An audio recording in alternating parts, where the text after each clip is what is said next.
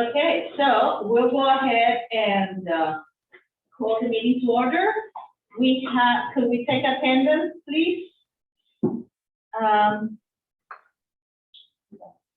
Yvonne, Yes. Mayor Cruz, Preston, Councilmember Paula, Here. City Manager Kelly, Here. Police Chief Ferguson, Here. and Finance Director Susie Holmes. Here. And did you? Okay, just for the record, Kevin Thompson, Assistant City Manager, is here also. Okay. Thank you. All right. So we continue to follow the protocol for prevention of COVID.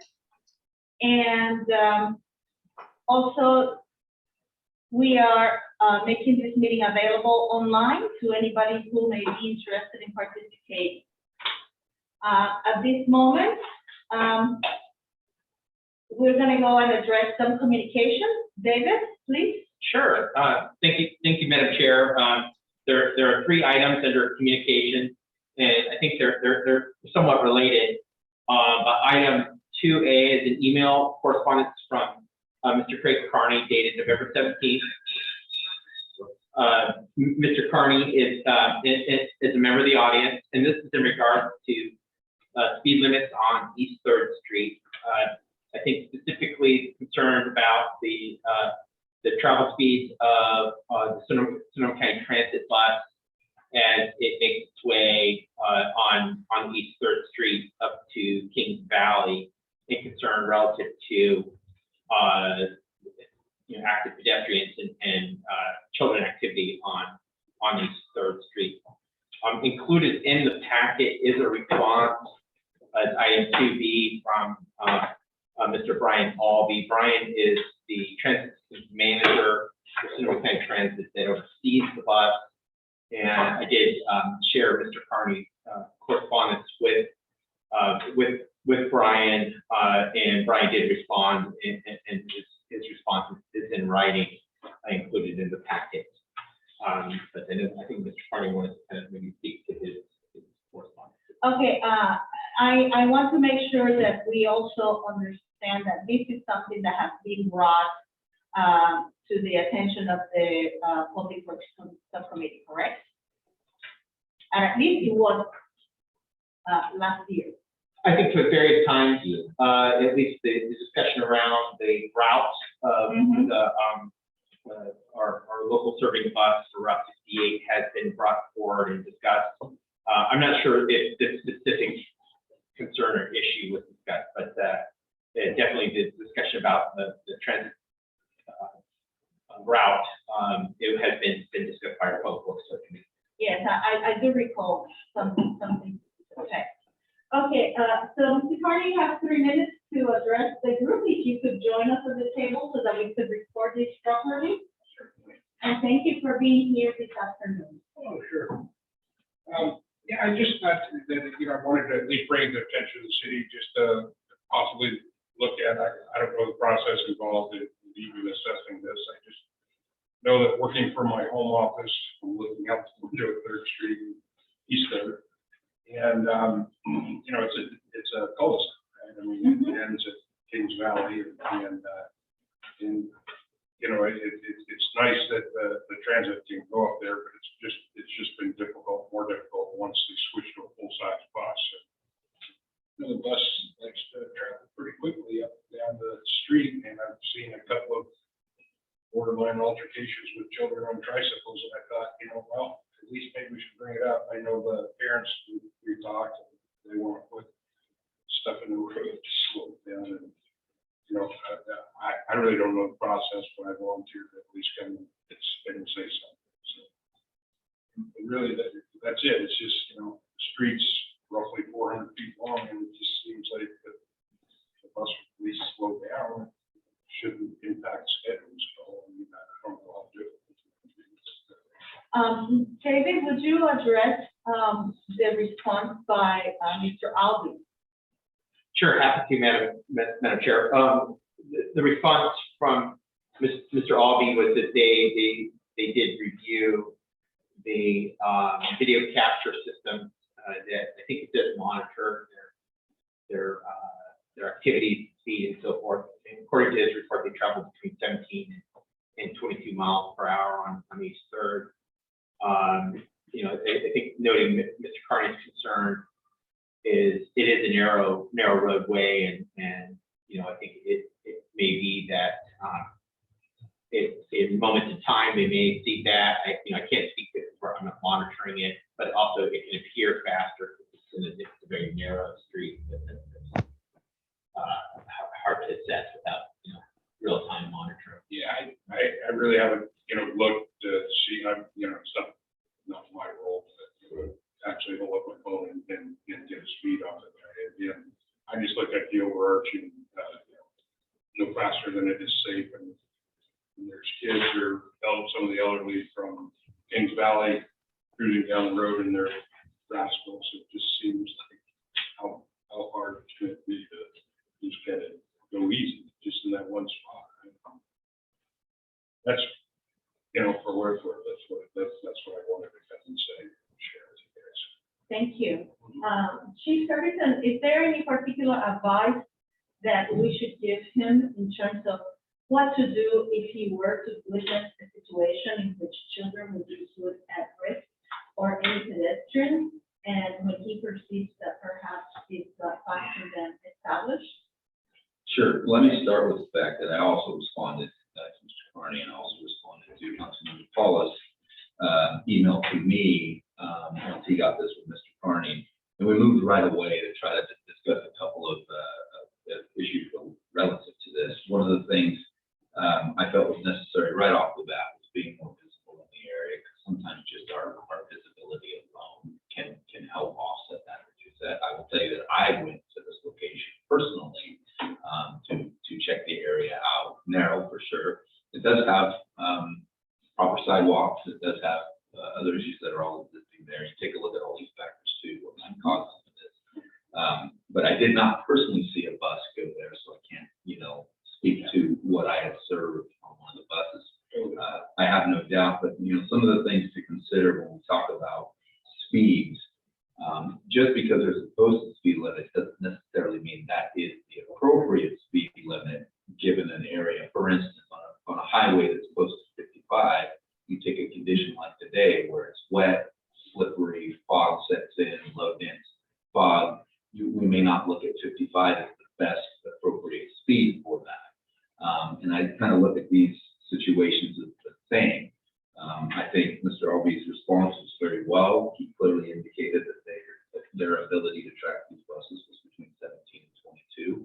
Makes it a little bit more of a challenge because they're under the speed limit. But at the same token, we did send the officers out there. We did want to be visible, myself included, and I think that is one of the best ways we can try to reduce that. But I think Mr. Albee's aware of it. It sounds like he has spoken to the driver, so hopefully we can get some remedy there.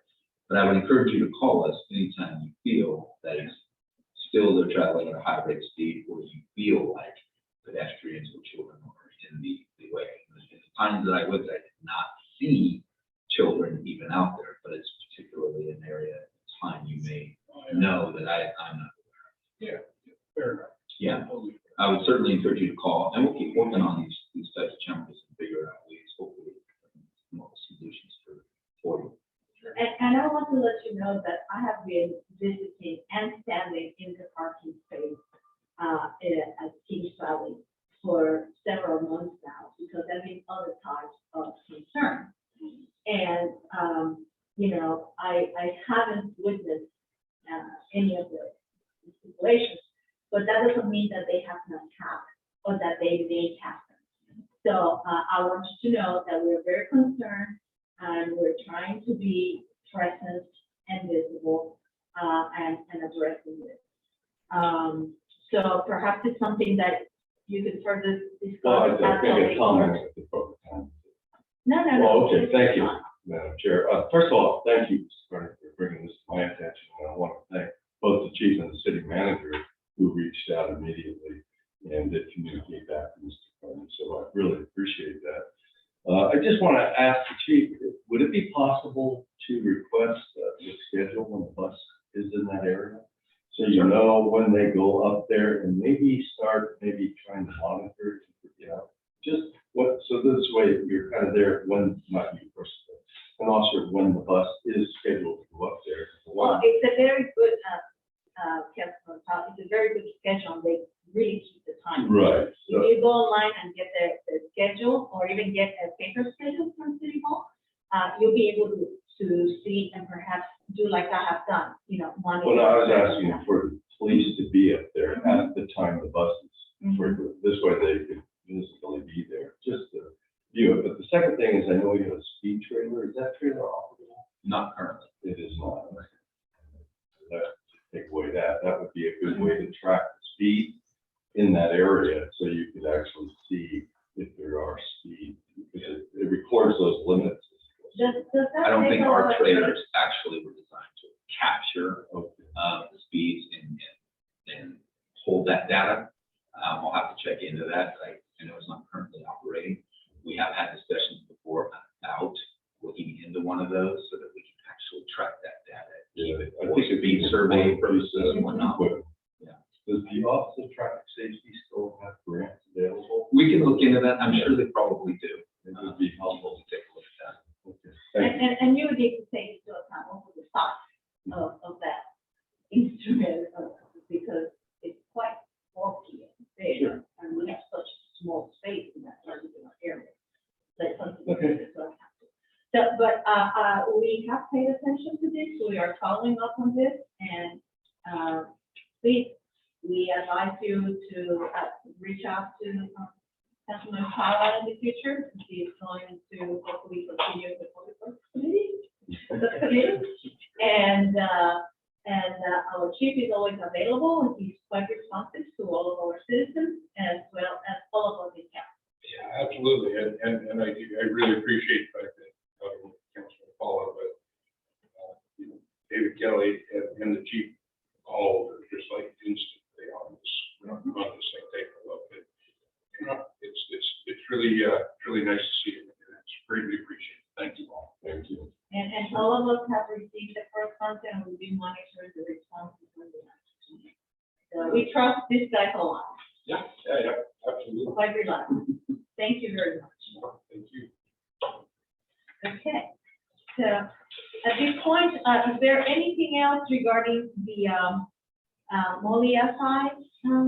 Madam Chair, just to, the communication under item 2C is slightly different than the previous items. This relates to concerns about an RV or motorhome that's been parking on East 4th Street between North Cloverdale Boulevard and North Main Street, that has been affecting some of the site distance for residents when they're pulling out of the alleyways, either along south side of East 4th Street or on the north side where there's about 6 homes.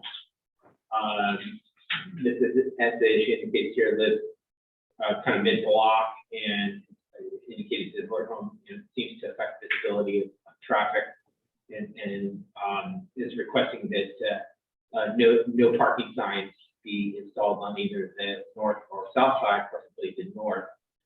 I'm not sure that would necessarily address the RV, and I want to speak to some of the actions that our police department has taken. They did follow up when we received the correspondence from Ms.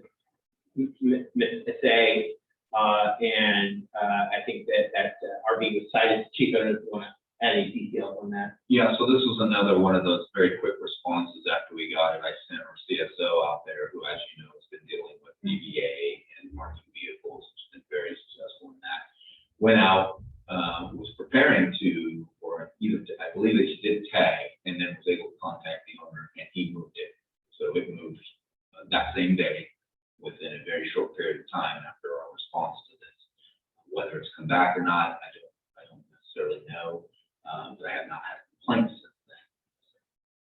So just a quick comment, if I may, it may be helpful to ask our interim city engineer to take a look at it. Typically on alleys, there's an open space you know, maybe a 15 feet on each side of the drive, so people have visibility. And you might want to take a look at that, and may want to move this to the Public Works where she's at, so we can monitor that.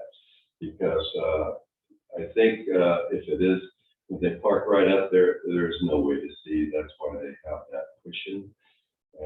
I'm not sure it's going to require removing all parking. I think just opening up the visibility sightline. But that's where our city engineer can take a look at that. Well, you know, this is an issue that is citywide. And I have addressed this with the chief, particularly by Abe Hardware. There are two particular motorhomes that live there. They live there every 72 hours, but they are also an impediment to visibility in that very busy intersection because it's right next to Boulevard also. And we have addressed this also in the area where I live on Franklin and the private road, and that hasn't been addressed yet. So we have very many of these situations throughout the town. And I think it's time for us to determine what is it that we need to do. Do we need to say no motorhomes parked on the street? Do we need to say, you know, no, we need to have a red zone to assure what the engineers say at the visible triangle or whatever? And to kind of follow up on this.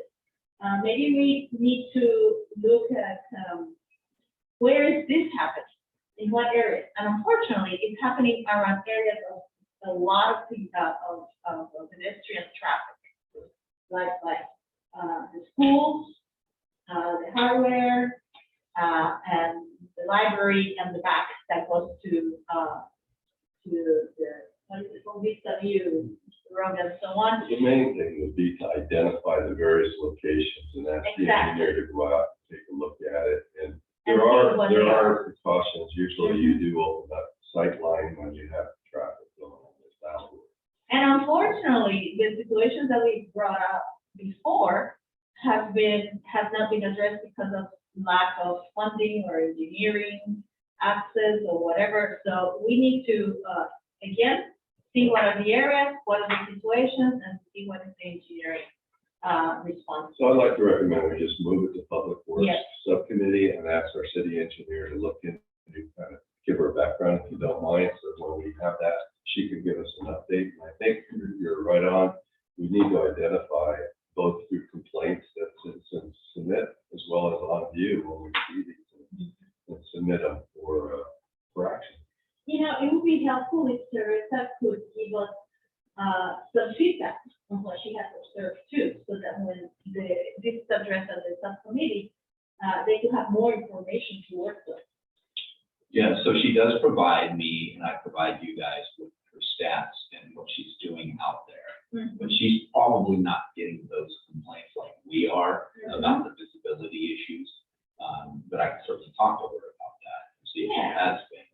So, Chief, would it be possible to maybe get like a simple form that has multiple checkboxes that we, staff, whether it's Public Works out in the field, police department officers, could check a box and put an address down? And the problem is, I'm thinking things like street lights out.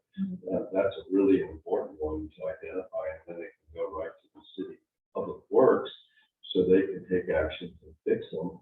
I see lights that have been out, and that's because it's what we're talking about when there's a visibility problem, or maybe we want to do red zone. They could just check the box, say visibility, 123 Main Street, and somebody can go out and look at it the next day or the day after, and try to kind of get a programming. And plus citizens, if I get a call, I can check the box and submit it to whoever, and we have some way to kind of communicate these concerns. Well, I think we all have to submit these things to David, Right.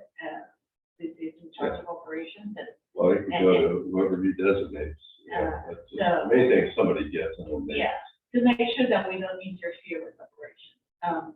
But I think it's very important because we as council members receive many complaints, and the lights, I drove around one night and submitted some addresses because some people were saying, look, this has happened for a long time. And in some instances, it was for, on behalf of businesses. And I'm very grateful to David and our committee, meaning our public works staff, because they address things as soon as possible. And you know, this is one more kudos for our public works group. They're quite responsive, and most of the time, it is our light poles. There were a couple of instances that we were going to discuss if they were private PG&E or if they were city.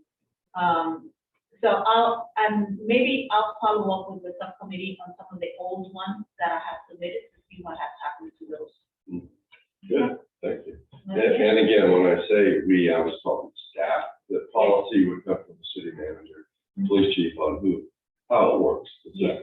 But it's a very good idea because it would just bring it and we just type the address situation this time and we go through. Yeah. Thank you. Yeah, we have, I think to your point, customer, but we have a service request form, and I think maybe that's something we can adapt that would Right. provide to the officers to have in the vehicle, and then as you said, they're doing their nightly or daily route patrols, they see something that can just. Because at night, you see the lights out, but during the day you don't. Right. So, and if they see a light out, they just enter the poll number, Yeah. or submit it, and then somebody during the day can check it. Well, just to add on the lights themselves, it is part of our routine daily activity. I'm sure some have been missed without a doubt, but it's also part of the evacuation price. One thing that goes in the evaluations that you're doing those and reporting those. So we'll make sure that we're back out there at night looking for those neighborhoods and reporting those to the appropriate resource. Thank you so much. Yeah, it's important. I was walking somewhere the other night, and there were very many dark places, and I didn't feel quite safe, especially with my knees. Okay, well, great. The subcommittee has some new assignments here. All right. Yvonne, do we have any public comments? Any members of the public that may comment on any matter not on this agenda? Please limit comments to 3 minutes, and members of the public may connect on items on the agenda now and later. So, Yvonne, any hands? I don't see any hands right now. Okay, and we don't have anybody else in the public, so we'll move on to approval of minutes on November 1st. Madam Chair, I reviewed the minutes, and I'd like to move the approval. Thank you. And I guess, I'll second. okay. And anybody in disagreement? No? Okay, so minutes approved. Thank you, Yvonne. Okay. All right, now we'll go to something that might take a little time. The proposed reclassification of park superintendent position and associated salary schedule. David. All right, thank you, Madam Chair. This item is in regards to, as the title states, the reclassification of park superintendent position. Really, it is a creation of a new classification that doesn't currently exist within the city's personnel system. So it's a new classification that we refer to as park superintendent. Likewise, associated with the job description is a draft salary schedule. Both these items are, by reference, included in the city council agenda packet that's going to be discussed on Wednesday, but want to bring it forward for this committee for discussion prior to council. Just a little bit of background, we did bring forward staff to the Public Works Subcommittee. That's the concept of reorganization of the Public Works Department to have parks be currently they report to and are part of the Public Works Department. It's part of kind of a rebranding effort. The goal is to move them under community development, have a kind of a new moniker for community development to community development parks to reflect and kind of elevate the concept of parks within our community and actually have it be that said, we'd like to, or staff and myself are proposing creating this new position that would be filled by a current incumbent that sits in the Parks Maintenance lead position. What we've developed is a job classification that reflects a set of increased duties around that really focuses on parks and park facilities, maintenance, and also to a certain extent recreation activities. So I don't want to bore you and walk you through this in detail, but what we did is survey our comparator cities that includes Healdsburg, Toddy, Sebastopol, St. Helena, and Sonoma to look at their kind of similar parks positions. Not everybody has similar structure, same structure as Cloverdale, but craft a job classification that reflects, kind of the typical duties of a park superintendent, which really means leading up what are in most jurisdictions a parks department. We're not quite there yet, but or not proposing to be, but really again elevating parks within the community development department. Our proposal is to create an exempt position. Currently, the incumbent is an hourly position, and so it would be a change in classification for that person. Likewise, we also developed a salary schedule, and this was done with quite a bit of analysis. Joining me today by Zoom is Shannon Peterson. As I mentioned, the comparator cities. What Shannon did was an evaluation of those cities and to really get a understanding of what the external market is for the park superintendent position, and then adjust it accordingly so that it fits with it and is aligned internally with existing pay scales. So that's what you see included as under 5A on page 19 of your packet, salary schedule. Shannon, if I can ask you to unmute yourself, maybe just a brief overview. Hi, Shannon. Of the work you perform on doing both just the development of the job classification as well as the salary schedule. Yes, I will give you a brief overview of what I did. First, I reviewed park superintendent job descriptions from other local cities. I found 4 local cities that have exempt management level park superintendent classifications. I compared those job descriptions with our current park and landscape lead worker, as well as what he's currently doing to come up with the new job description. We're a little unique in the small size of our departments, where our parks and landscape also assist with water and wastewater. So we wanted to include that in the new job description as well, to make sure that they could assist with the other departments as well. As far as creating the salaries, I took the average salary from the comparative cities. I used the fiscal year 2021 salaries from the other cities. A majority of them did receive COLAs this fiscal year, so I wanted to kind of be consistent with the salaries in Cloverdale. I applied a market rate adjustment, reducing the average salary, which was consistent with what we've done with other salary studies and reclassifications throughout the city.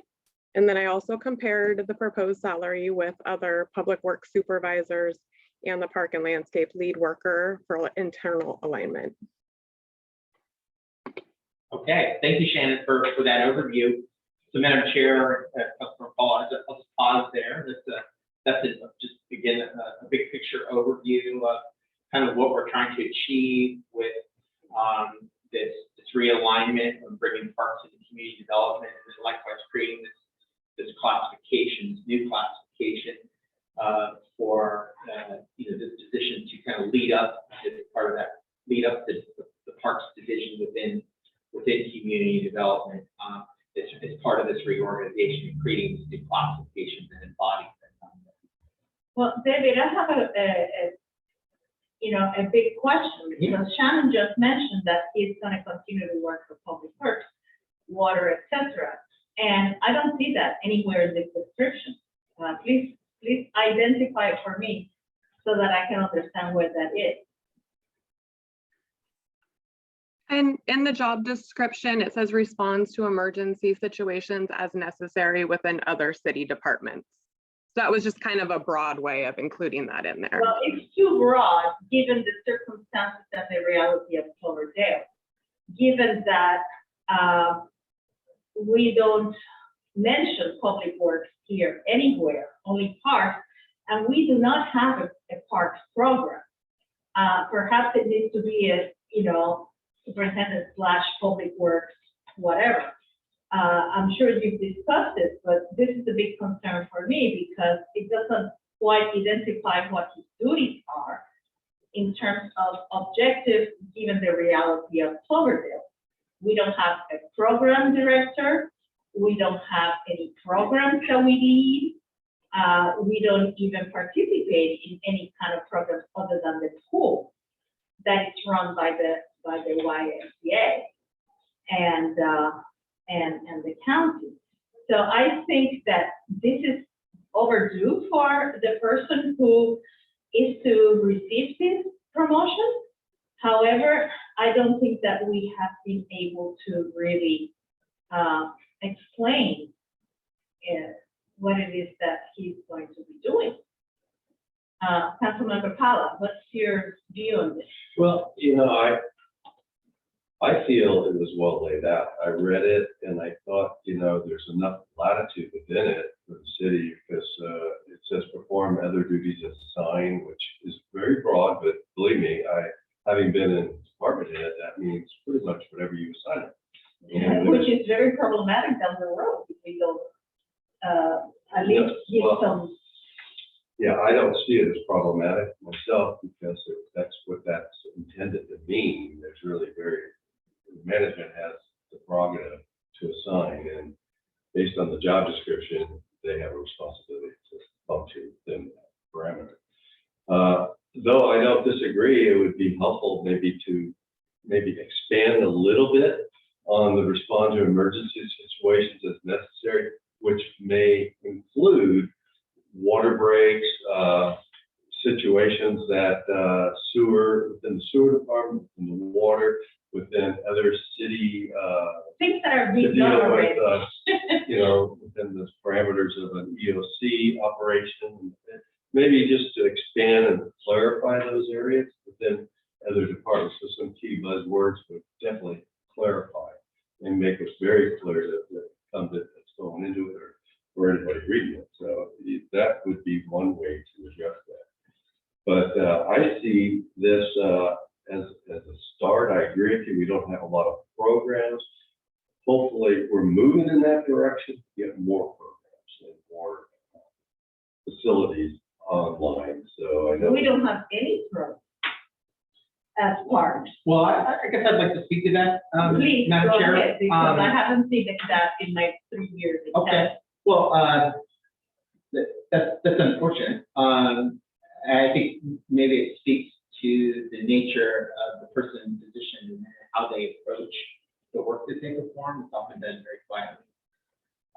The collaboration that I see is very significant and is conducted actually quite frequently with Cloverdale Youth Soccer League, with the Cloverdale Senior Multipurpose Center, facilitating yoga in the park, working with other business organizations to try to support activities. Who leads that? Is that Kevin? Usually that's led up mostly by Hector, is the incumbent. It's really outside of his classification currently. Okay.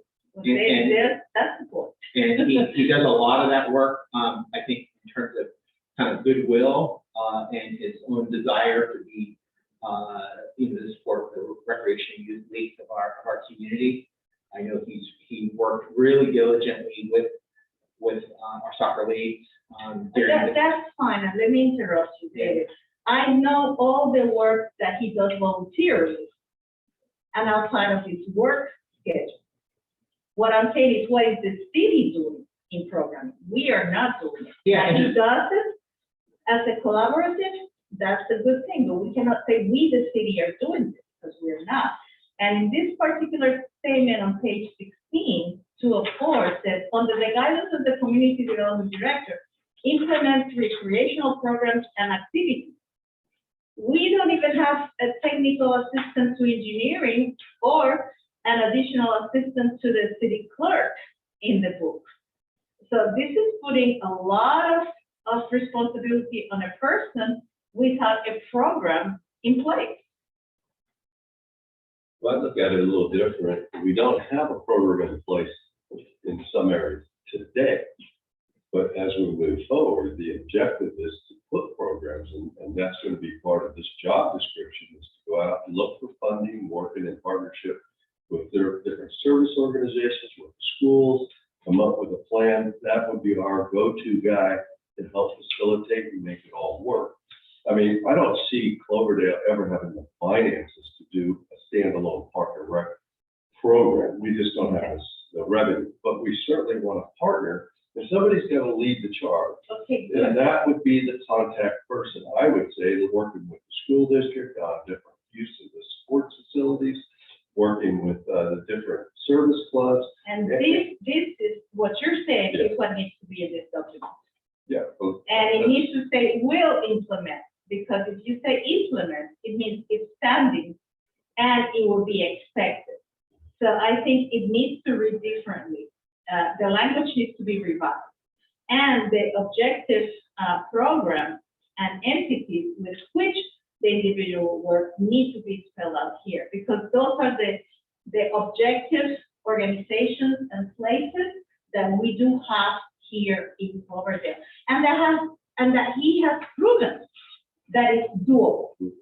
And so it's a great recognition of Hector's job outside of the work duties. And this finally we're officially recognizing it, and I think it's long overdue. And I believe that yes, we need to continue to work on this in a collaborative manner. And he would definitely be a great person to spearhead all these initiatives. But the language is a little bit too loose. And I mean, that's my perspective as a person who's worked with very many job descriptions in the past throughout my life. And I think we want to make sure that we set it up so that this person could be successful and that the city could be well represented and that the city can do and promise what's doable, not what's up in the air. Maybe under the guidance of the community development director, works with the YMCA, works with the Lions Club, works with Kiwanis, other service organizations, the The schools, school district. in efforts to implement recreational programs and activities within the city, looking for grant funding that might be available and those types of duties. And even with the police department and the outreach to youth, as well as the fire district. So I think that would kind of mold it a little bit better. I think it's kind of that's kind of what it's saying, but I think you're right. I think you're right. We could expand it to be clear. Is that something that we could do before Wednesday? I mean, we could certainly, I mean, I think what you're asking is something that requires additional research and consideration. So council may want to pull it from the agenda on Wednesday and bring it back. Well, I don't know if it really requires more research. Maybe I think to be it's saying amended. that, it's just clarifying. Right. And so you can provide some updated language at Wednesdays for us to at least consider, that we talked about it here, and we wanted to have it expanded to clarify certain areas. And this is the new, and we can talk about the updates. Sure. And then if the council's comfortable with that, we can move it forward. If they're not, we can ask that it come back at a future meeting. Gotcha. What I hear is more with the desire for more specificity and just for reference, and notwithstanding, Madam Chair, your considerable and long-term experience in job descriptions. These pretty closely mirror most of our cities in terms of the language that's written generally, they don't provide that level of detail, because then people rely on detail only and sometimes lose the big picture. But we're more than happy to kind of develop and identify specifically those organizations. Well, as Shannon said, we are it's very special because we don't have a Department of Parks and Rec. And the reason why this is written in such manner in other cities is because they have other individuals to run with programs, with grant writing, with collaborations, etc.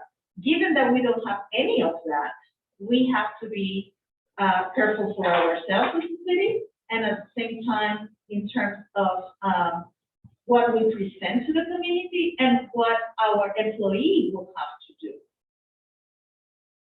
So yes, it's good and dandy. I mean, Hilbert has a whole department, Salena has a whole department, Winston has a whole department, and they don't need to worry so much about that because other people will be up there making sure that this is reviewed and that it is processed accordingly. But we don't have any of that. And we need, I mean, yes, we need to aim high, but we also need to tailor to our reality.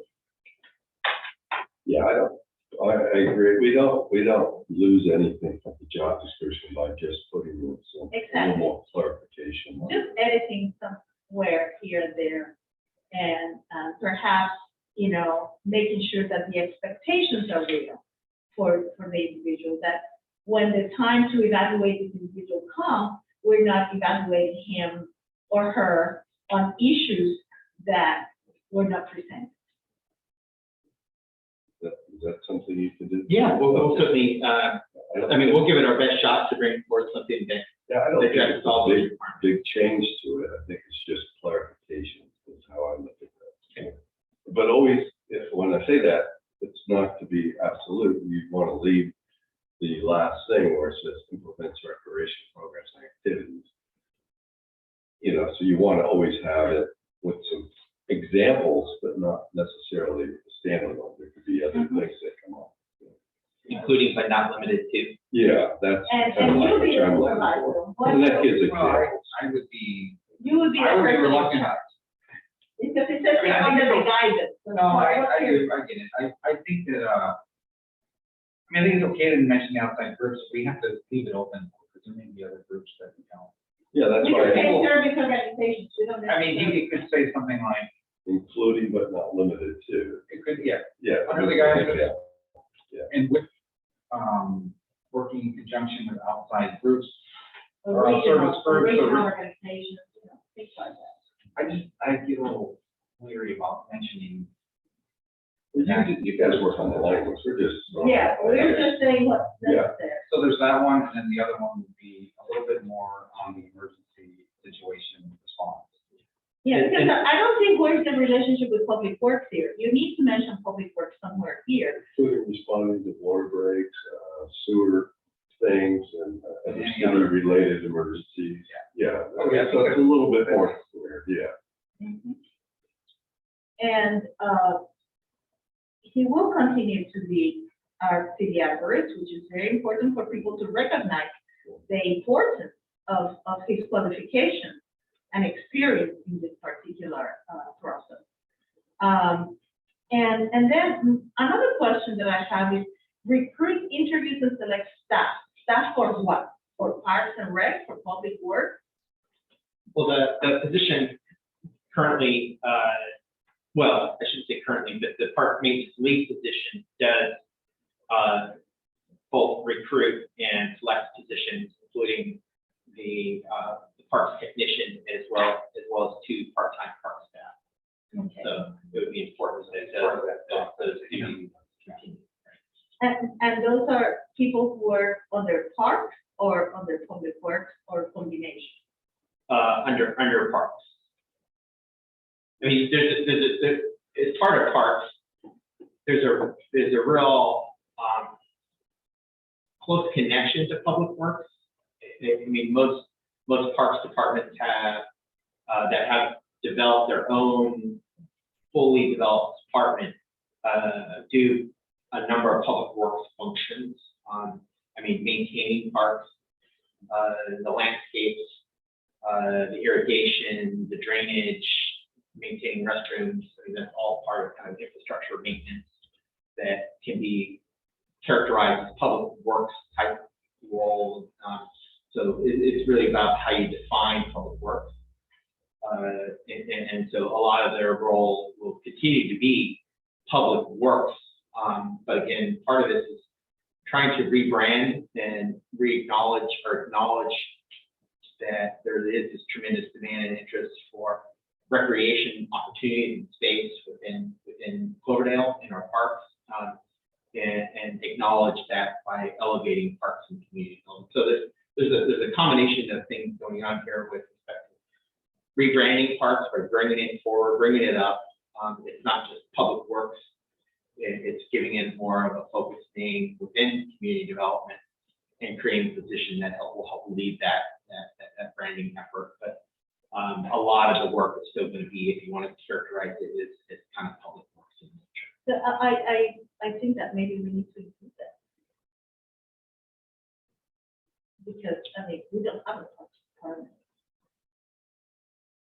We don't have a parks program, so it needs to be parks program. Well, we have a parks department, we don't have a program, we don't have sporting events that are sponsored by the city recreation programs. But, That is perhaps on the public works. sure, and I think that's what David's So you want to take it out of public works, gonna go under community development. but he's continuing to work with public works. That's Well, the thing. They're partnered, they work together on their various assignments, but they're in their separate departments. That's a good phrase I like, working in collaboration with public works. And in reality, I mean, that's what if not all the models do in some fashion. You can speak to Hillsburg, Windsor, the good examples is because we're small cities, relative small cities, the park staff are often performing, again, if they're replacing a street light with their park, for example, is that public works or is that parks? It's a lot similar type of duties and responsibilities, it's just the focus being parks, not necessarily maintaining streets or maintaining a sewer system or improving the water line. But it's quite clear within our small city, we need to have the person power to be able to respond to these events as they arise, where we need support and personnel to address. No, and this is something that's done day in and day out here in Cloverdale. And we acknowledge that. I just think that we flash public works somewhere needs to stay in collaboration with, or as public works demand. Well, maybe where it says response to emergency and other situations in collaboration with other city departments, which they do that anyway, so I mean, But saying it makes it, doesn't impact, well, let's but say, it's clear. that this employee decides to go somewhere else down the road. We don't have very many Craig Johnsons here. Right. I wish all of them would be here. Well, like I've done a lot of personnel things over my career as well. And when it says performs other duties as assigned, believe me, that's exactly what it means. But we need to highlight about public works If department. I could just finish, what it means is other duties as assigned, or else you could be subject to discipline. I mean, it's not a discussion item, it's part of the job description. People need to, you're employed to do a job, and the management needs the prerogative to assign people where the need is, so. It's just that Yeah. he's the person that could be pulled from very many departments. Sure. Well, And- but he has the boss And right there. so we right want to here. make sure that we protect our I employees. think and their I duties. get it. We want to just not codify, but just acknowledge that some of the other duties will be including helping public works, as he's always done. Water, sewer. Water, so we can add that, and then we can expand a little bit more on about starting to create a recreation program and how he's going to, we're going to call on service groups to help us with that. So Yeah, it's those sound like some important. changes. Yeah, it's very important that he acknowledges that this is a work in progress. Yeah. And that his position will continue to grow, and at some point will have to be, more, so I think it's a. Yeah, there's a lot of room for him to grow in these points, for sure. Mhm. I mean, there's things that we're not doing now that we are aspiring to do, and we think we tackled that in here. So we'll just clarify it a little bit and run by the council and. So what I would recommend, Madam Chair, is that this is already out in the packet. Mhm. But when you give your staff report, you can explain the changes to the most current and then answer questions. Definitely. And I took note of the subcommittee's comments, and I think we can provide some updates to the job description as part of the council meeting. It captures, I think, some of the points that Madam Chair, you made and Councilor Paula. So it'll be a lot more specificity to some of these bullet points than is currently provided, but I think it will help clarify and be sure that we're codifying some of the collaboration that I think occurs on it. Collaboration and most of the phase, including but not limited to with the examples. So Yeah. clearly state that this isn't an absolute, it could be others. And all of this is with the objective of making sure that we have a successful path for these employees and for the programs that the city sponsors and the projections that we have with the public in terms of what it is that we are doing and why. Let's not take our employees for granted and just pull them here, pull them there. Okay, so thank you very much. Any public comments on this, Yvonne? Sorry, no public comments. You're mute? Oh, hold on. Okay, We now, hear you. Oh, now you're on mute. okay, I guess nothing. Okay, here. We can't hear you now, but we take that there are no public comments. There are no comments. Hopefully you can hear me now. Okay, thank you. Okay. Susie, did you have any comments in regards to the salary schedule for us to understand? No, I do not. And did I see somewhere here that this person is expected to start at the beginning salary? No, it's a negotiation discussion. Okay. Between, the employee and management. Oh, yeah, it says here qualifications, salary or minimum qualifications necessary for entry to the classification. Great. All right. Susie, can you hear it okay? I got a text that it's hard to hear. Is that true?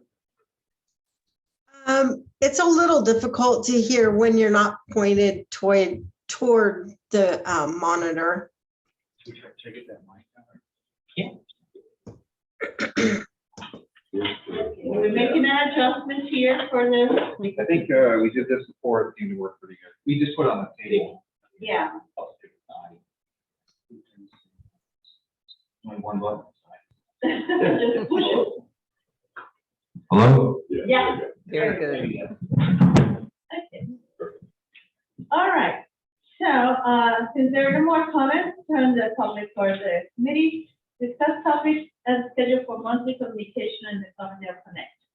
I think Councilmember Powell has a few of those, and I think I've shared a lot of that with you, David. Yes, thank you, Madam Chair. And really what we wanted to get in the habit of doing is checking in, having this be a standing item on the Finance Admin Police Subcommittee, so that we're tracking with council and the subcommittee on what are some current topics that we'd like to see covered. So if you agree, we'll just continue this as an item. We can continue to look at the deadline calendar and discuss what are the most burning or relevant topics that we desire to cover in the Cloverdale Connect.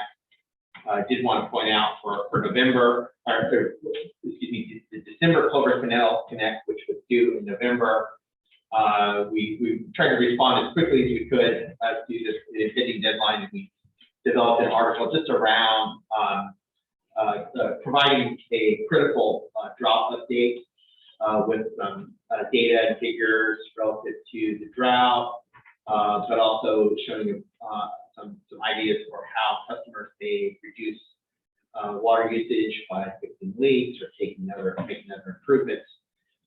So that was kind of our first article that we provided in the Cloverdale Connect. I hope it's informative because it also gives them the technical information around the drought and curtailment order. But with that said, we really did want to get the input from this subcommittee, kind of going forward, what are developing the list of topics, and I think we've heard from the mayor and the council on some of those issues, but we wanted to again be transparent, open, and provide kind of a routine check-in so we hear your feedback on what the topics would be. I definitely feel that Chief Ferguson would be key in this, based on things that happen in town and situations that may surface that we need to pay attention to. So I always encourage all of us to provide you with the appropriate information. And if you need to write something, maybe we can discuss it. What's your feedback on this? Yeah, I certainly think there's some value to that for sure, from my standpoint. I'm not 100% sure all the areas you're talking about, but I think there's certain things that I don't know if Cloverdale Connect would be the appropriate venue to respond to. Some certain things that come up on community webpage. No, we don't want to do just like maybe some violations that you see ongoing, Gotcha. maybe, Yeah. Watch our speed, Sure. et cetera, et cetera. Yeah. Yeah. Again, I see the value in that. Absolutely. And that's something I think we discussed earlier in our staff meeting about trying to do some updates from the police department on things going on in And if there's, a talented writer within the police department that might want to help you with that too, we need to look into the resources that we do hold in time. I want to do a planning one too. I know it's not the most exciting, but we actually do have a lot of planning efforts going on in town. So David and I are talking, we can have that queued up. If there's something more pressing, we might, or that, we have that one in the back seat. Those can pass well about the long range planning projects, but that's a topic that we'd like to put in there. The Yeah. housing element. the Well, downtown. regarding that, I think it would be very important for people to understand, what is the Gulf, Open Gulf, software that we have in terms of projects and how to apply for.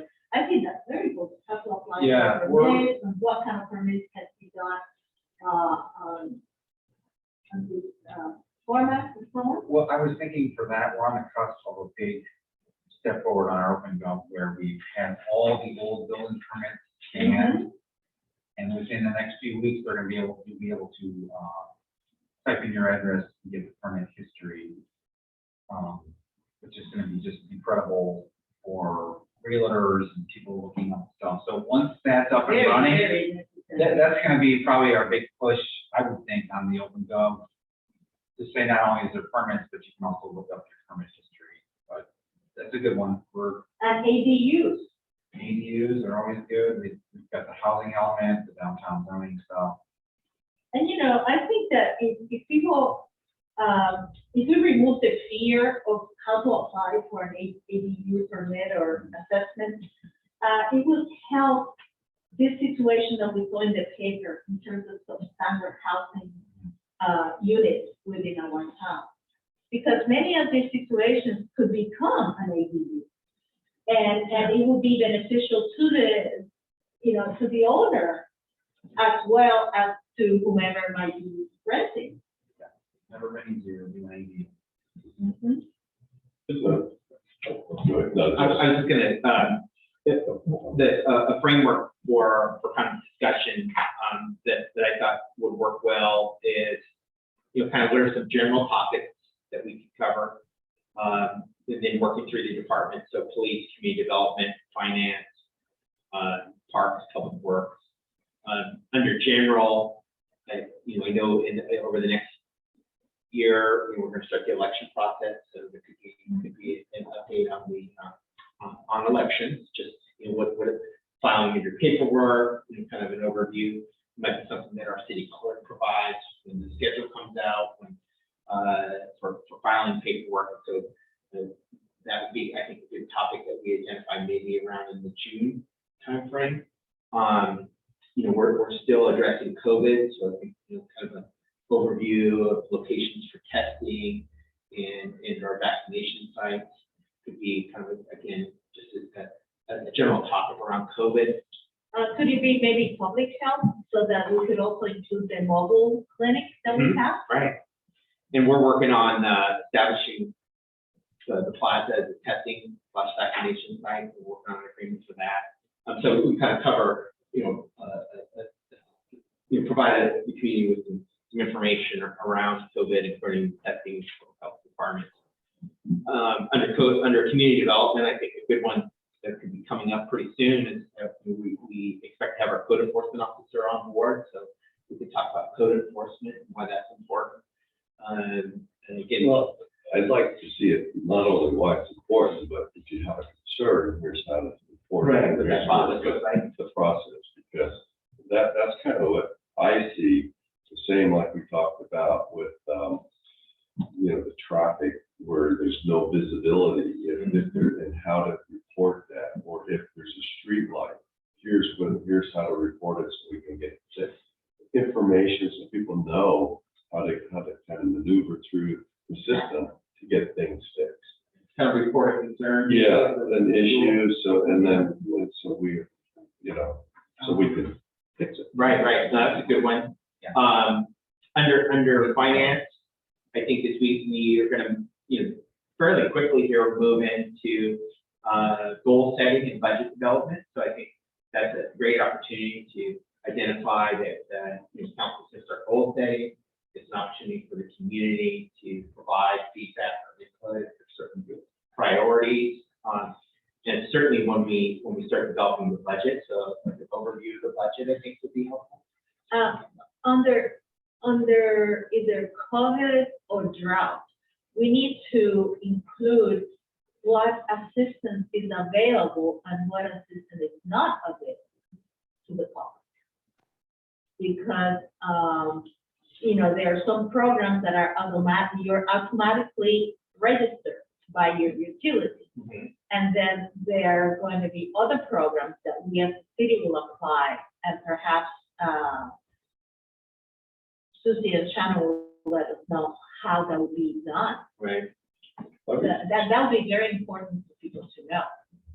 I'd like to just make sure we don't duplicate information that's in another area, like with the Alexander Valley Health. If they're reporting certain things, we're not using our space to duplicate. Maybe on reference, refer to that article on COVID, and but just to kind of, because we're going to be a little bit limited.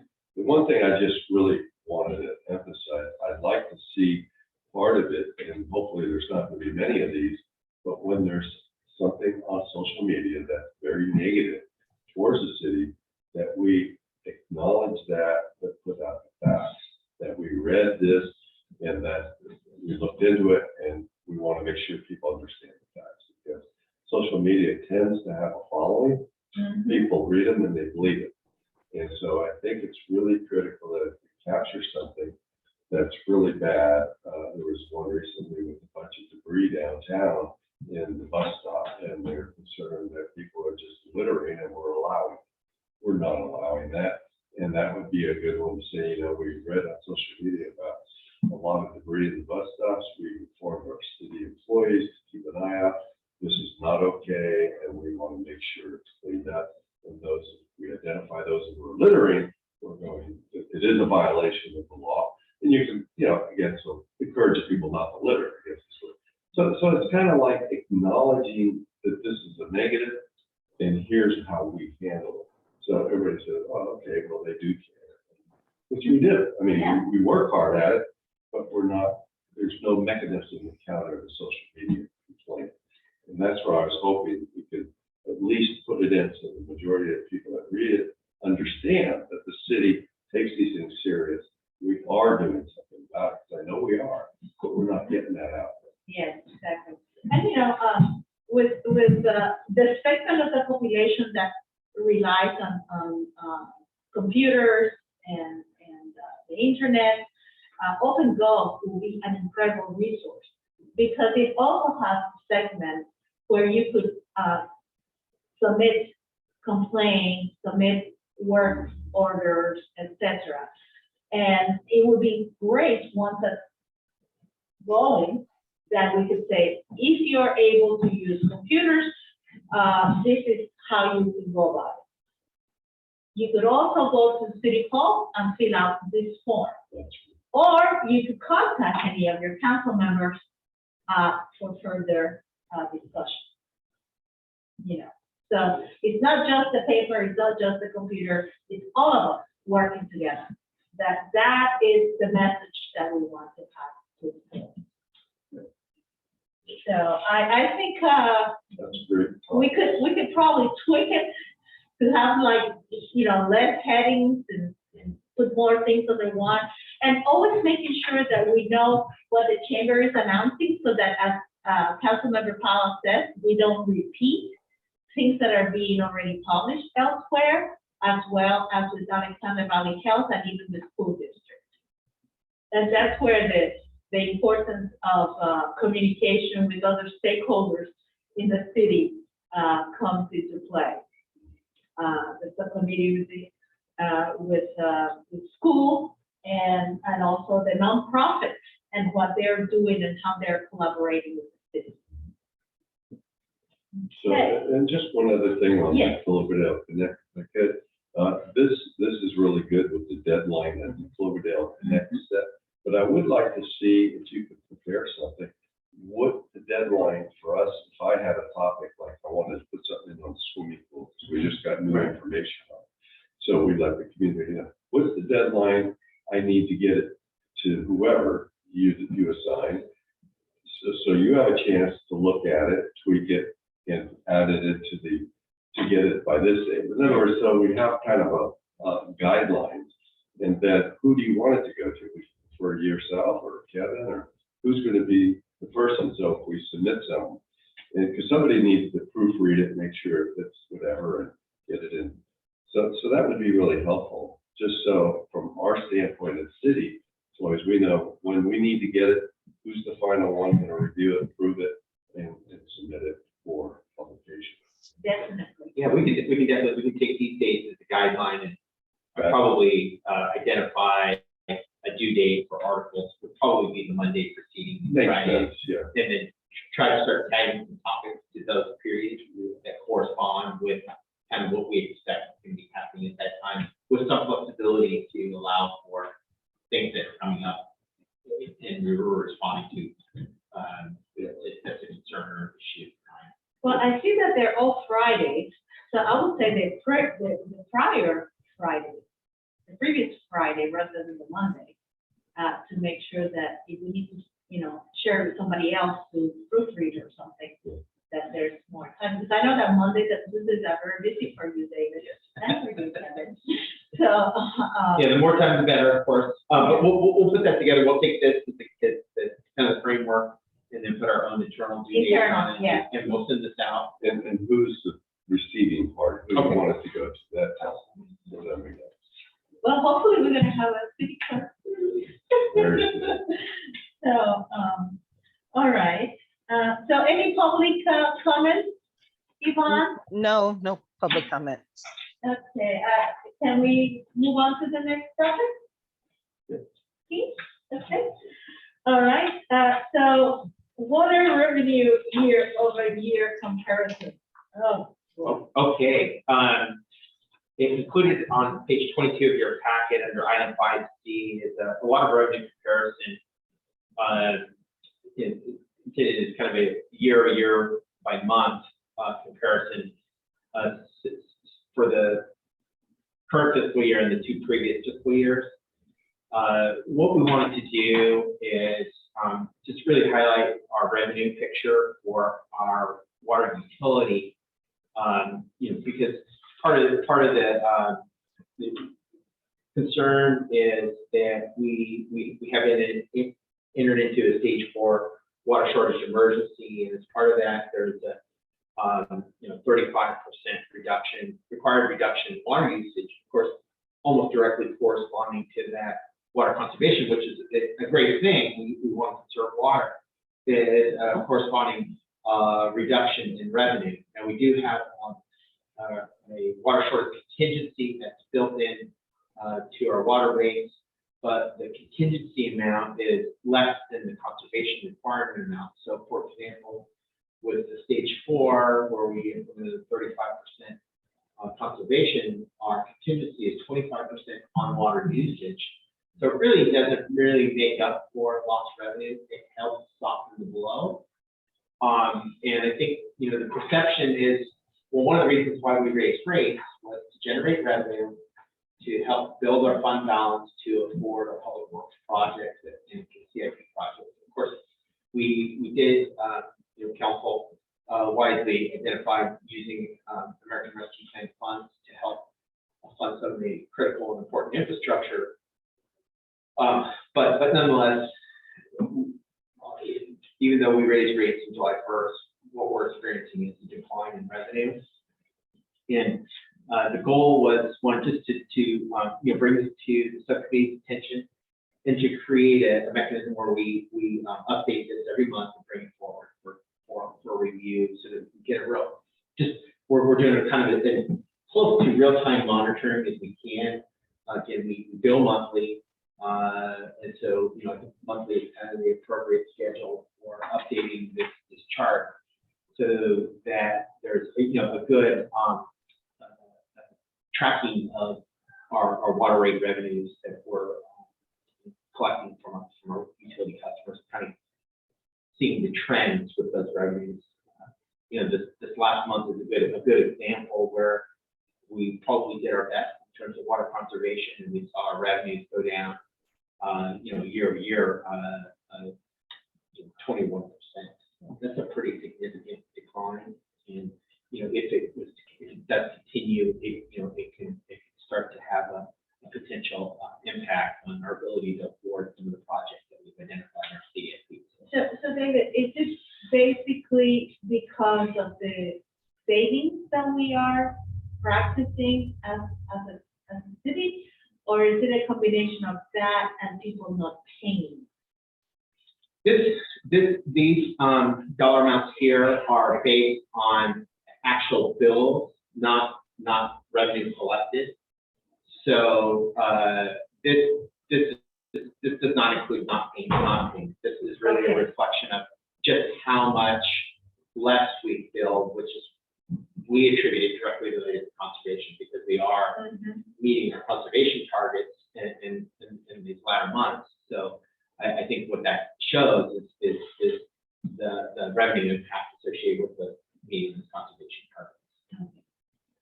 And is there any way that we can also learn about how much of that billing is not being paid?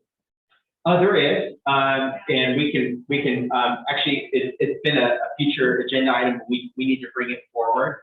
I think Susie has that number at her fingertips, and we can bring forward a report that shows delinquency. And it's an area we're actually working on with a program with the state to fund those arrearages. So we're hoping in the near future we'll be able to address what those delinquencies are and how we're going to respond to them. But this, I think, actually there's a greater impact from the revenue decline than from the lack of payment. Yeah. So if I may, I kind of see the revenue decline being the new normal. I don't see with the drought situation where we're going to see where the water is going to be readily available to use as you always used in the past. We're going to be on conservation for some years to come.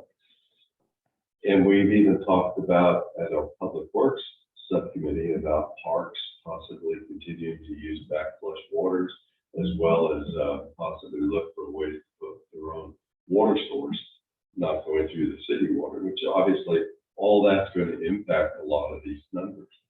So I guess suggesting is we need to kind of look, what are the options to kind of turn this around? How are we going to do that? I don't think we're going to see where it's business as usual using water anytime in the near future. I just believe that's going to happen. Lake Mendocino's at an all-time low. You know, we really need to take a look. And I guess what I'd like to see is for staff to kind of put your heads together and give options to us of what some courses we can take to kind of help turn this around. And I know that's not going to be a popular thing within the community, but we do need water. And we need to make sure that the system is functioning. And so that takes an amount of money that we need to make sure that this is going to balance before we get to a critical. Exactly.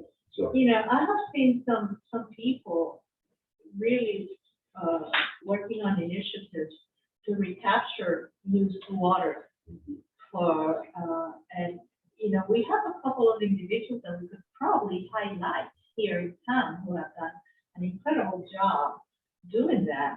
At the same time, I think all of us need to start thinking, you know, through the guidance of staff, how can we work on recapturing? Either it's rainwater or our gray water. I guess where I'm coming from, and those are good points, thank you for bringing them up. Where I'm coming from is it's going to cost X dollars to run the system, whether we use X amount or a lot less. The thing is, when we use a lot less, which we have to because of the water situation, we pay the amount of money coming into the system, but it still costs that amount of money to run it. So you run it at a deficit each year. We can't do that indefinitely. So somehow it's got to be looked at more realistically. Okay, how are we going to fund the system so it balances with recognizing we're using a lot less water, which is a good thing based on the drought that we want people to use it for. So that's a tough one, but it's an important one. That's why I'm thinking it's really time to start that conversation, figure out what our options are. And that is something that I definitely would like to hear from city engineer and from the water plant. You know, do we continue to use the same materials and the same systems and the same processes for water operations? Or are there alternatives that we can look into that addresses what you're saying? How can we continue to provide safe and healthy water to our constituents, and at the same time, maybe, you know, saving some money on the operations and equipment? However, I do realize that we do have a lot of upgrades that are essential in order for us to provide this safe service. But it's essential, so it's something that has to be reassessed. We need to come up with, you know, be provided some options and try to keep the system functioning. It's a good moment. Everybody's thinking about it, and there are many seminars and many organizations, you know, on the state water board, And there's that contemplating federal alternatives. stimulus package as well, not just the other funding, but there's the new bill that was just signed. Yeah, so we need to look at those options.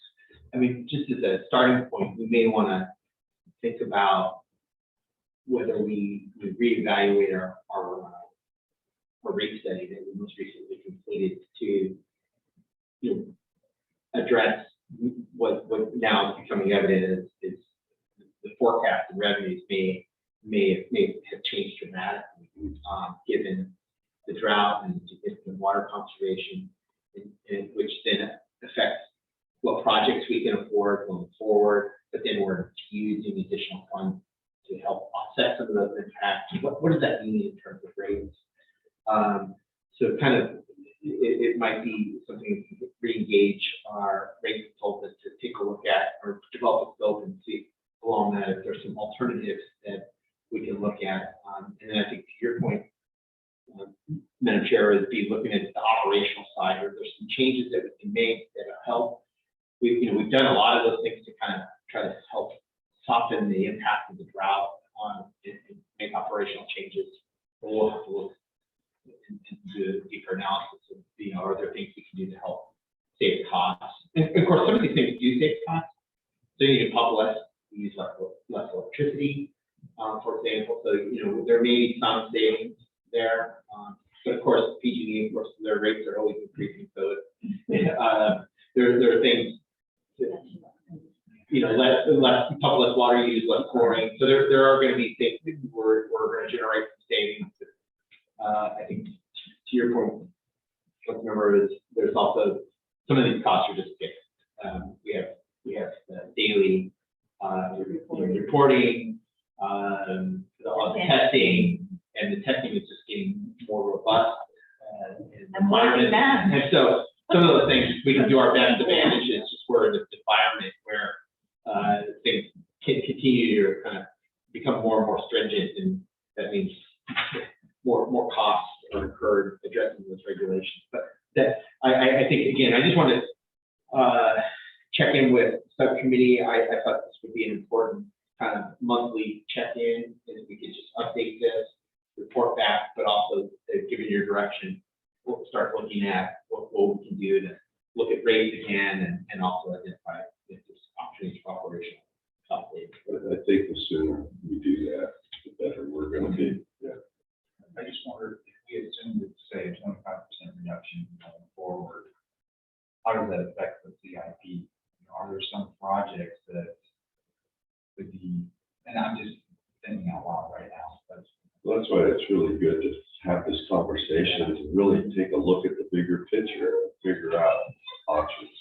Yeah, see what the kind of forecasted impact is on our fund balance and determine what the overall revenue impact is going to be, so we can reevaluate our CAP and take into account additional revenue, and if we could get other grants to help maybe offset some of that. which is an unknown. Yeah, and it's important that people know that,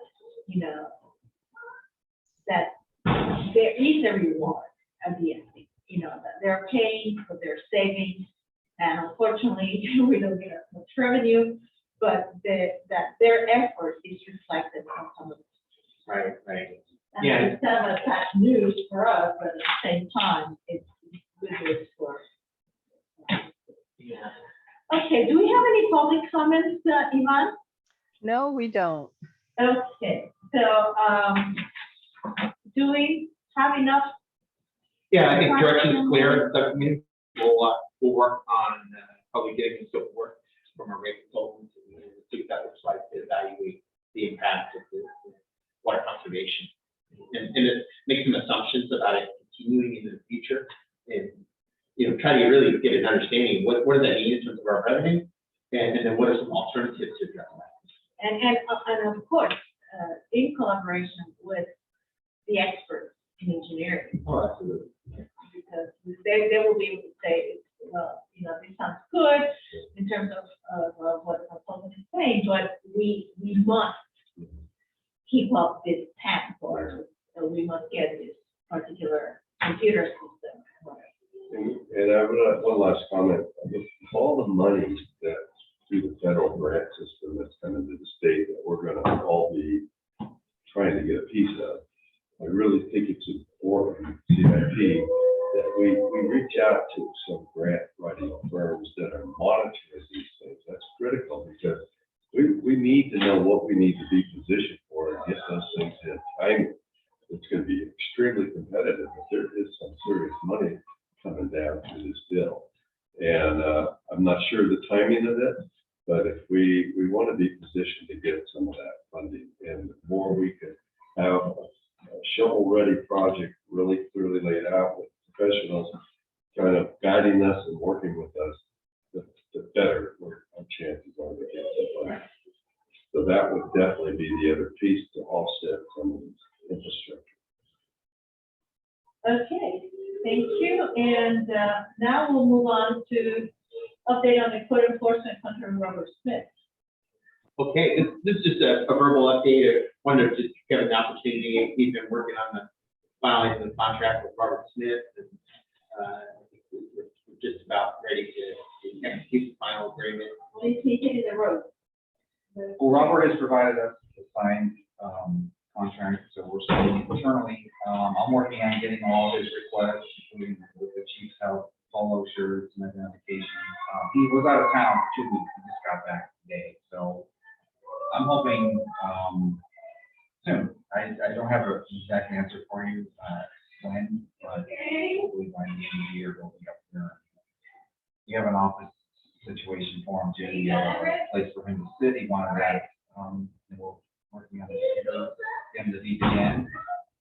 Hey, excuse me, guys. Can't hear. There's a lot of background noise. Is that door open or something? Yeah. It's making it real hard to hear. Thank you, Yvonne. We're closing the door. Okay, thank you. Good call, Yvonne. I was thinking it's the library. It can't be Oh, it's like there. everybody's on mute. So I'm hoping by the end of the year, Robert will be up here, at least to get him orientated and give him our problem cases and get him started on our code. Because we always want to, part of this code was to look at our code and suggest changes. So kind of all I have, but it is moving forward and we're very happy about that. Yes. Yeah, and Mr. Smith is gonna, since he's gonna be on site, one full day a week, he'll be at City Hall. And he's gonna be reporting to Kevin. We'll sit upstairs. Extra office. All right, well, thank you. Any public comments? No public comments. All right. Then, team building workshop. I already got interviewed. All right, well, that's great news, and that was key here, is just to provide an update that the first step in the process was to conduct interviews with council members. I understand she's still working on scheduling with the 3 other council members. I know she reached out to Councilmember Walter and Councilmember Lands, and they're just finalizing their dates for the interview with Taya, our facilitator. And one of the things I just wanted to check in with the subcommittee on is to get your perspective and input relative to a proposed location for our team building workshop. Two sites I had in mind that may work include the fire station, the EOC, or as we just experienced maybe at the Citrus Strip. So those were 2 locations that are close. The reason I want to discuss that now is it's always important to get that on their schedule and coordinate, make sure those facilities are available. But it's really up to the council if they had in mind any specific locations and where those might be, and getting that facility secured for team building workshop. Well, I'd like to see the fire district. That's a nice facility, and we've had various events there in the past, and it's a good site. The other site you might want to consider too would be the Vets Hall. But I think the Sister Shore may be a little big. Pretty good size. Hall. But the fire station would be my first in the city. Built a building. It should be a little use of. Maybe you need to talk to the team practice to see what kind of facility they feel will be most appropriate. And you could describe the facilities that we have, because we don't know what their activities are. It's not just sitting around the table. I'm sure that there'll be some exercises, some other things, and so and how many people. Because if we use the fire station, it's very, it's only a number of people, and where can we go into break rooms? Because I'm sure that there will be some of that. So describe to her the Citrus Fair, the fire, and the Vets Hall. And if there is a need for something more than that, then let us know. The other spot where you might, if none of those are available, is through the school district, maybe the Makers Mill. That's a good one. It's got several breakout areas in the next one. It's not very warm. Makers Mill? I mean, in terms of, you know, the kind of, but yeah. It's beautiful. Oh, yeah, it's a good, too. It's just an option, another option. Yeah. Okay, that's great. I appreciate the feedback, and we'll definitely follow up with practice and get a feel for the structure of the workshop and kind of the space needs, and then kind of go from there. But, you know, we'll target one of these locations. Because the civic fair, you know, has different places, and it also has the building where they have the arts exhibit and so on, that who knows, you know, that might be. So remember that one too, in case she says, well, we wanted to this, that, and the other. So, okay. Any comments regarding our team building from the public? No public comments. Okay. So, I think we have Measure P. I think we need to. Well, we have, Madam Chair, there's a list of standing items, and these are really at your discretion if there's any items you want to cover or get an update on.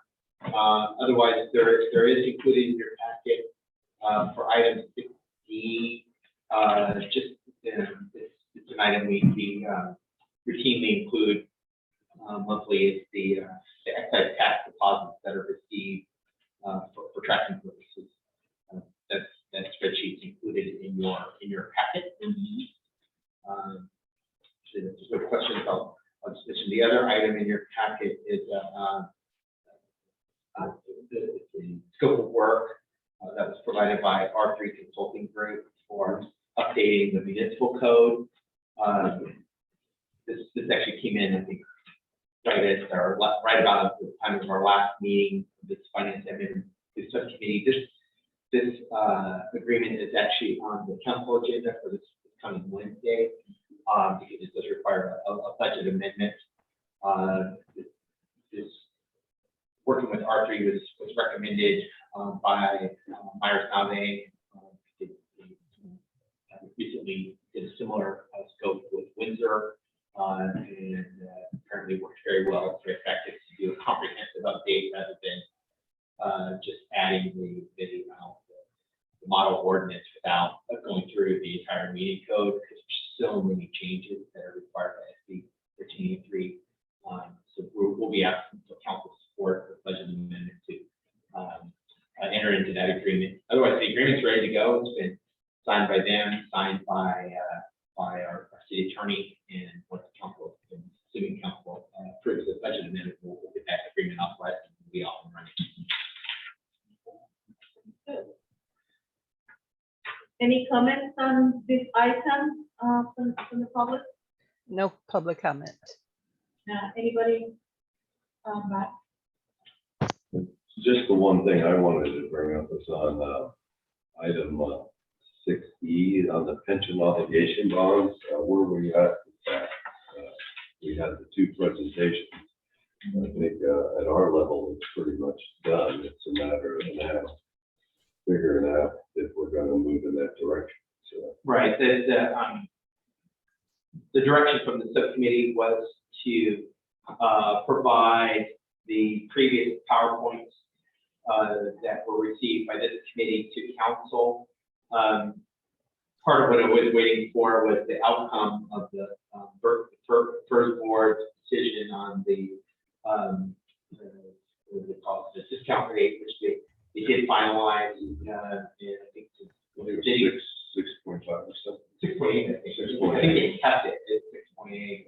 So I think that overall was received well by city, because if you recall, the analysis assumed different discount rates. We weren't sure where the board was going to land on that, but now that's more certain. I'll send that out and I'll say basically the discount rate is 0.6. For all intents and purposes, been decided upon at 6.8. And our plan will be to bring this forward for council consideration consideration in early 2022. Probably, we're not sure, it'll be the first meeting, but maybe off, Absolute pleasure, was it? the second meeting in January or the first meeting in February. That's kind of our target. Yeah. We're ready for it, council. Right. Anything else on any of the standing items? Anything on, I haven't heard anything on 1383 at this point, anything more than what we have all discussed thoroughly. I do have a couple of calls to ecology regarding the green bin and the sites. Many people are concerned about that, and they haven't been able to come through with an answer, so I'm gonna have to write to somebody else. Besides our local contact because sometimes doesn't respond. So have you received any information? I have not. In Madam Chair, if I can ask, is there interest in getting the smaller size green cans? Yeah, especially when it comes to multi-unit housing complexes in town. You know, we have trailer parks, we have apartments, we have condominiums, we have the healthcare facilities. You know, we all require different sizes, and it couldn't be just, you know, a huge, trash can when we won't feel it, number one. The 128 gallons. Oh, my gosh. So, yeah. I can check in too on that item. Well, let me tell you by tomorrow, if I don't get a call by tomorrow, I'll hand it to you to follow up, David, is that okay? I'm hoping that they will respond. And I think it's, you know, part of this kind of more significant item that relates to their request, the request from ecology for the extraordinary rate increase. Mm-hmm. More than likely, the recommended course of action will be to amend our franchise. Well, it would require amendment of our franchise agreement, but then as part of that, we could also negotiate and discuss and negotiate provisions for options on the green team. Yeah. Or the green waste tote, giving just similar to the garbage can or the solid waste can. You know, there's different size options to see if that can be implemented on the green waste. Yeah, and one of the things that we have discussed thoroughly in zero waste is the fact that, you know, small jurisdictions should not be charged for things that we're not going to be doing. Like, you know, the recovery of food, we don't have any nonprofits that will be collecting edible foods.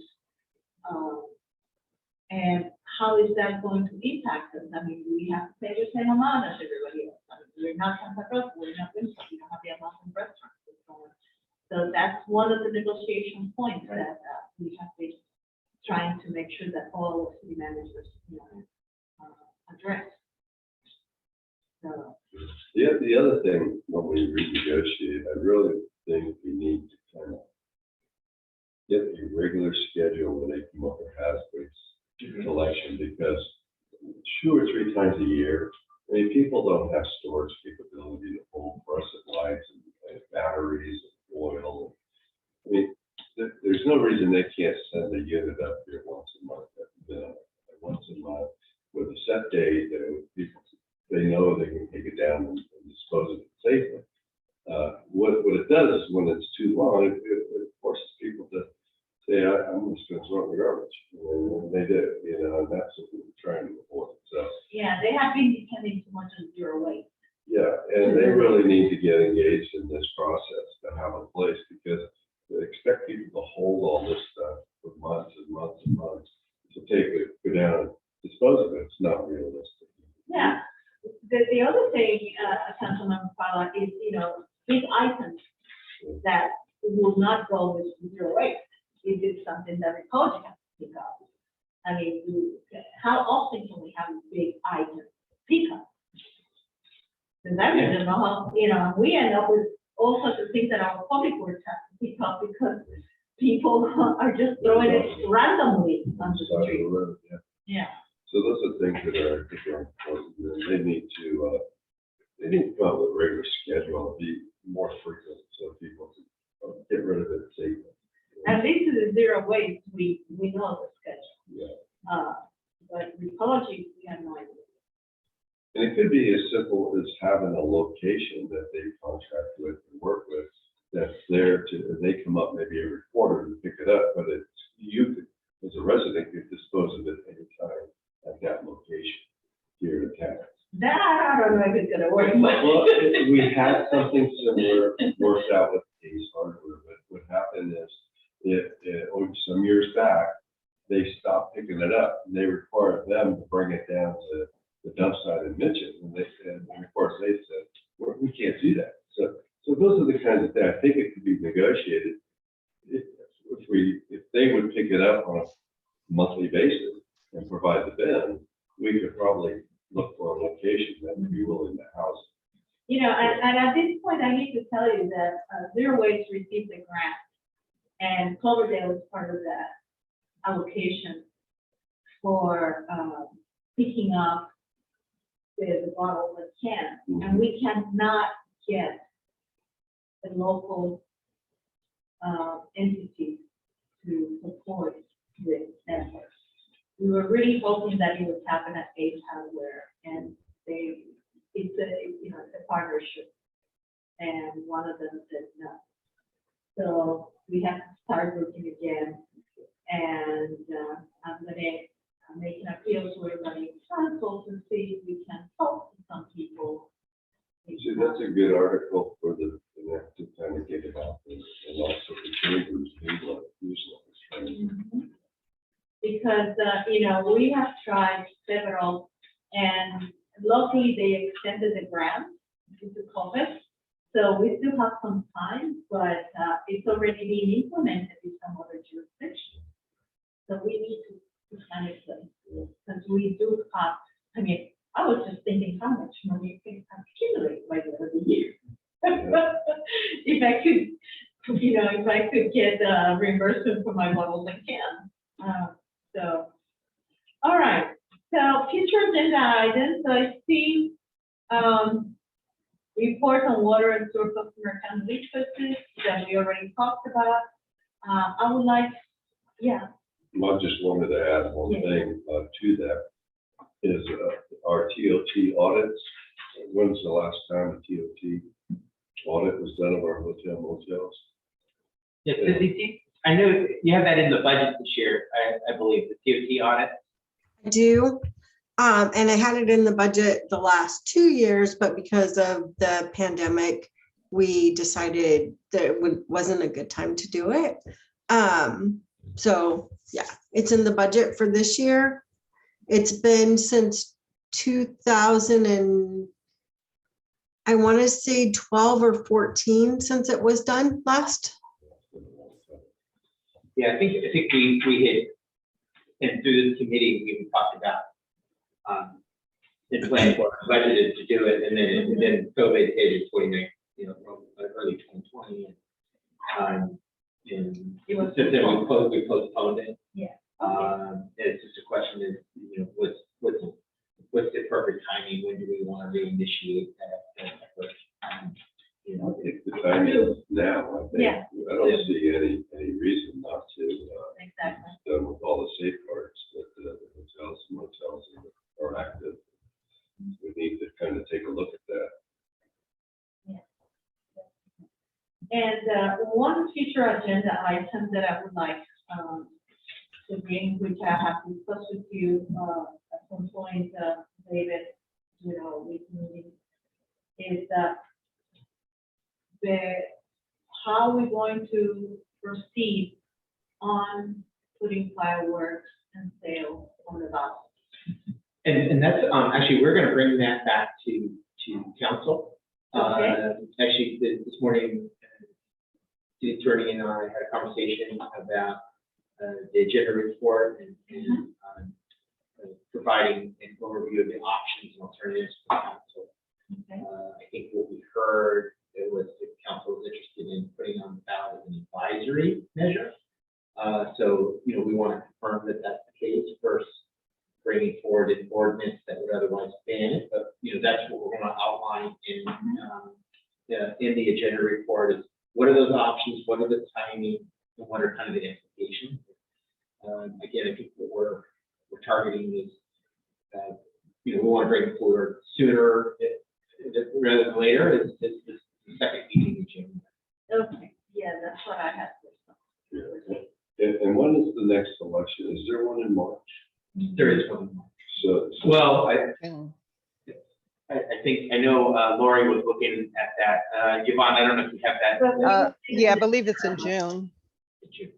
well, if we wait for a general election, we're not gonna, it's not gonna be before the 4th of July.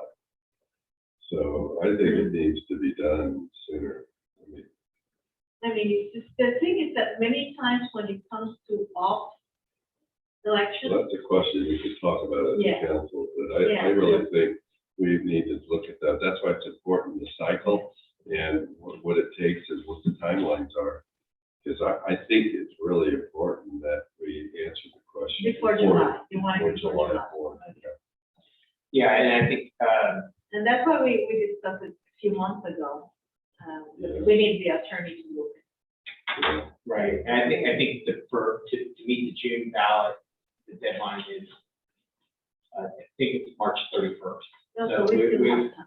We have a pretty, well, it's still a fairly quick turnaround time, again, depending on what the council. Yeah. If it's just an advisory vote, that might be easier than if it's require less time. If it's an ordinance, say banning it, you know, we have to develop the ordinance, council has to conduct the first meeting. So there's some decisions that have to be made to adapt the timeline to reflect what your direction.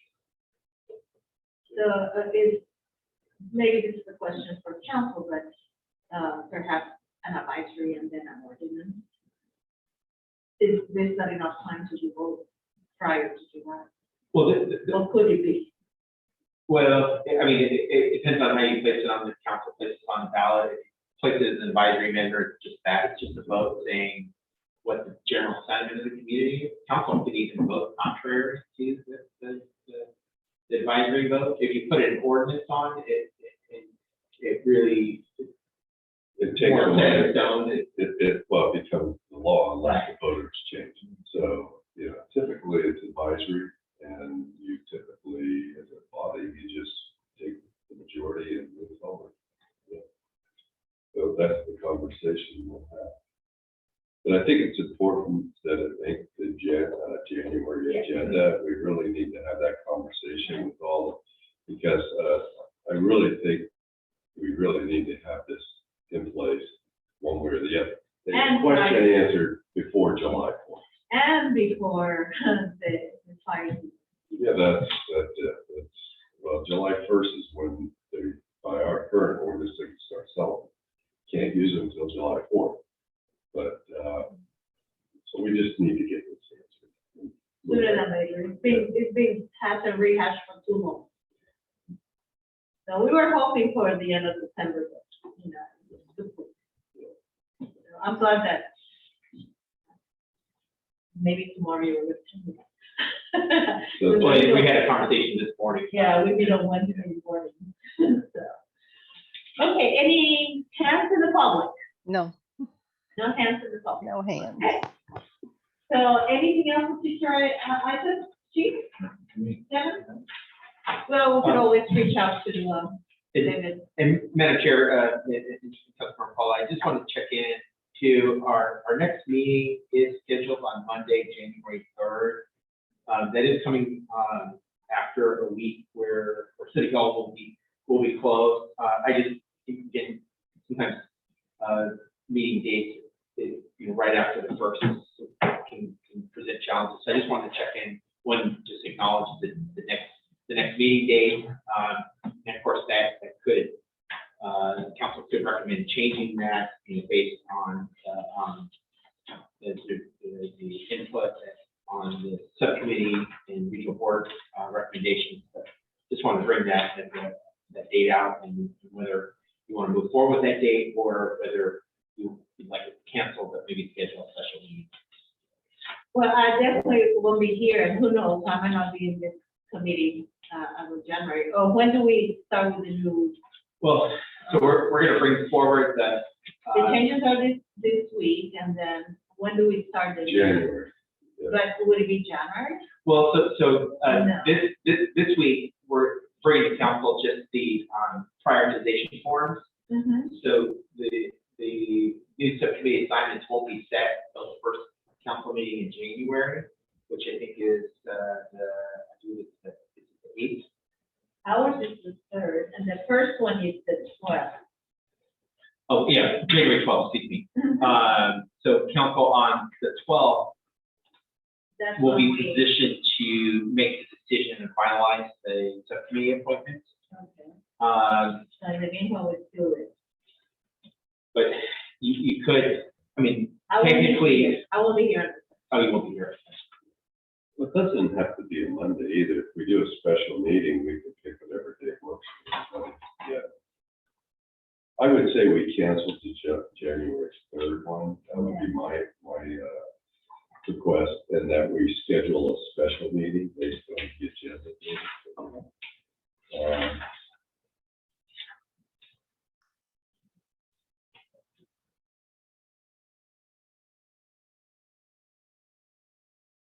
You could do it on the following Monday, the 10th. Well, but we still going to confirm on the 12th. Right, that would be the last meeting of this Of this subcommittee. What was committee. this? Okay, the 10th will be fine with me. Yeah. We'll move it to the 10th. Move it to the 10th at 1:30. We move it, well, yeah, let's keep it on. 1/10/22. Yes, 1:10. Okay.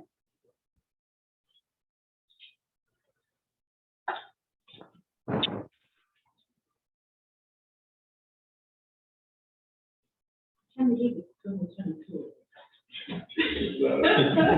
Year is like a minute. Yeah, especially as you get older, they feel like minutes. Well, I'll when I get back to the office, I'll send out a calendar invite, just so we have calendars to forget. Okay. It'll be for special meeting of finance and police, January 10th, 2022. Cancel the other one. Yes, until January 3rd. All right, well, then meeting is adjourned. Thank you very much. Thank you. 3/22. I've been missing you, Susie. Thanks. Happy New Year. Yeah. Happy holidays. Yes, happy holiday season.